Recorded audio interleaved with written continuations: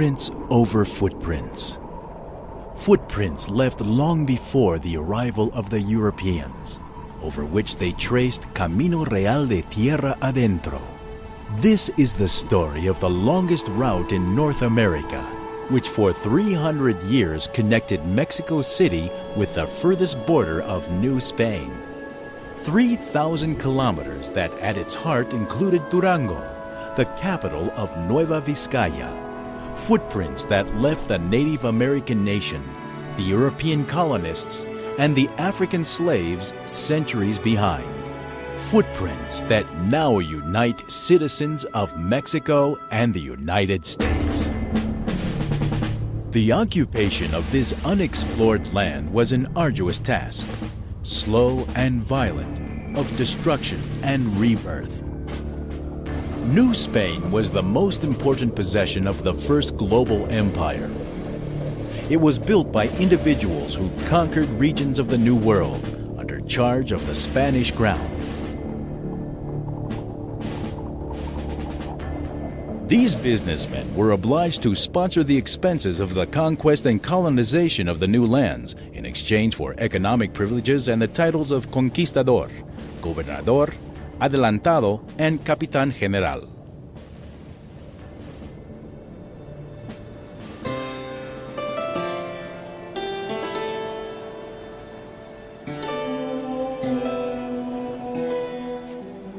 In 1556, more than 3 decades after the fall of the great city of Mexico Tenochtitlan, the Franciscan Juan de Tapia was the first to set foot on the lands of the nation of Odami, which made up the largest area of what is now northern Mexico.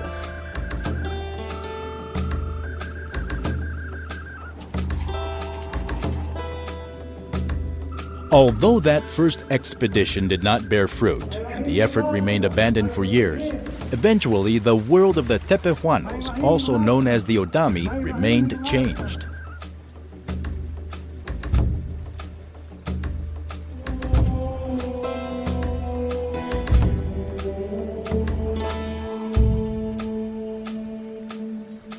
In a cave, they left the images of what impressed them most of the recent arrivals.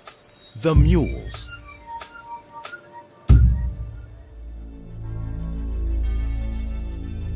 Meanwhile, Diego de Ibarra, Cristóbal de Oñate, Juan de Tolosa, and Baltasar Temiño de Bañuelos experienced impressive economic gain after discovering the silver deposits of Zacatecas in 1548.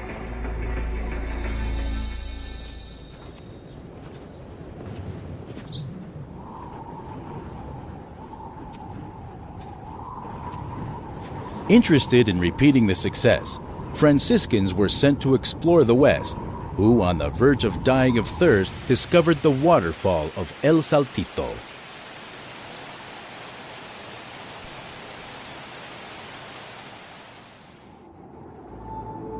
Francisco de Ibarra took arms at the age of 16, thanks to the Viceroy Luis de Velasco, who authorized the renewal of expeditions to the north. He began the conquest of the Northern American continent in 1554 with the purpose of controlling the natives, seeking mines, and founding towns. Francisco was governor and captain general for the rest of his life.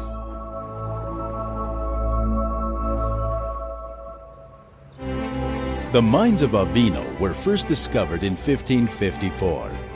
In 1759, inhabitants built a temple to San Jose that held in its interior a small Christ of Esquipulas, patron of those traveling Camino Real de Tierra Adentro.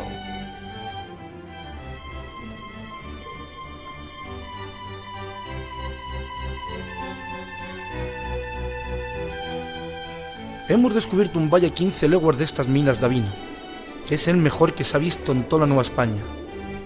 Habitado por gran número de gente, con mucho alimento, con labores de cultivo y regadío de sus campos, tan buenos como los hay en el mundo.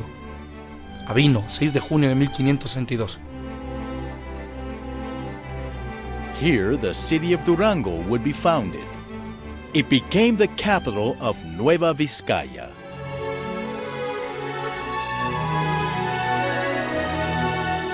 Construction of the great cathedral of Durango started as a modest parish under the advocation of San Mateo in 1630. Between 1695 and 1786, the retabulist Felipe de Ureña and foremen like Joseph de la Cruz and Pedro de Huertas set the temple in tone with the Baroque style of the century, synthesizing in the construction the aspirations of a native society and making the constructive rhythms in the northern Novo Hispano. The growing importance of the Kingdom of Nueva Vizcaya took the Company of Jesus to create the first intellectual academic center in the north of New Spain in the 16th century. There, they formed the majority of the clergy and elite, who influenced the arts and culture of the north. Since the beginning, the government of Nueva Vizcaya had its own treasury, requiring that all silver would have to pass through Durango, to later continue on the Camino Real to Mexico. The trip lasted 6 months. At the beginning of the 17th century, in what is modern-day Durango, the road and its branches connected 14 mines, 12 villages or cities, 5 Jesuit missions, and a fort. Its route was altered several times due to economic changes and security requirements. Since 1630 and for more than 200 years, the road of preference was that known as the Line of Forts, which crossed the Bolsón de Mapimí. It was the most dependable because it passed through the forts of Pasaje, El Gallo, and Cerro Gordo. The religious missions and forts were key instruments of the colonization. The missions were in the hands of 2 orders, the Franciscans and the Jesuits. The first in Nueva Vizcaya was founded by Francisco de Ibarra in 1562. "We begin in the name of God" was the phrase of a friar, and that was the name given.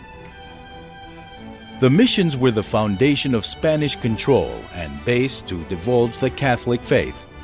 The mission of Cinco Señores, founded in 1705 by the Jesuits, eventually led to the origin of the city of Nazas. San Miguel de Bocas, founded in 1630, remains as the best example of the missionary type in Durango. The eagle of the Spanish monarchy and the monogram of the Company of Jesus framed the front door.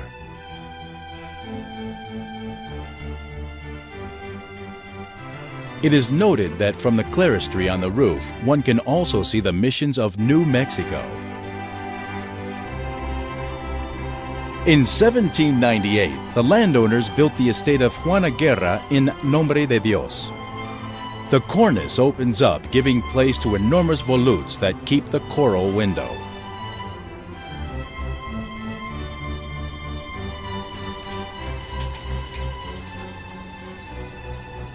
The Hacienda of San Mateo de la Zarca, active since 1586, included a chapel dedicated to San Mateo and to the Virgin of Lourdes from 1898.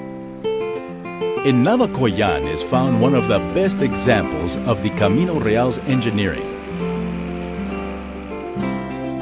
The Puente del Diablo enabled travelers to reach Durango in comfort after passing the Tunal River. With its 61 meters in length and 12 arches, it has been functional for over 200 years.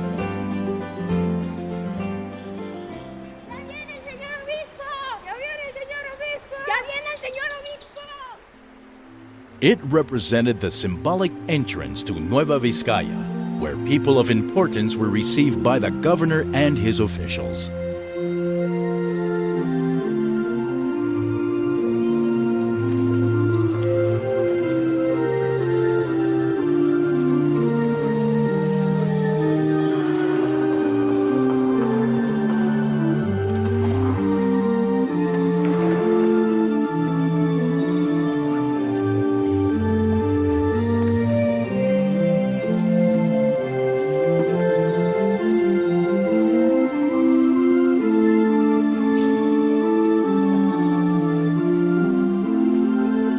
Mapimi, to the northeast of the state of Durango, is an example of the conjunction of a mission, a fort, and mines that gave birth to a town.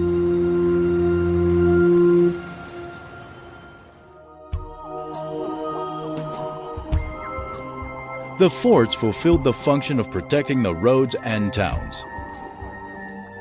They were fortifications of stone or adobe of 120 meters per side with towers in at least 2 opposing corners. Inside, the soldiers, their families, priests, and officials were lodged, while the Indians were used as guides. The Real de Minas of Inde was founded by the conquistador Rodrigo del Rio de Loza in 1567.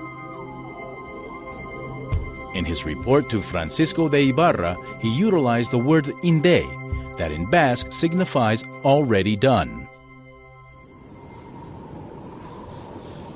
Unusual and imposing, the drawbridge of the mine of Ojuela is a masterpiece of engineering for its time. In 1898, the German engineer Santiago Minguin built this drawbridge of 315 meters in length by 95 meters in height and 112 tons in weight.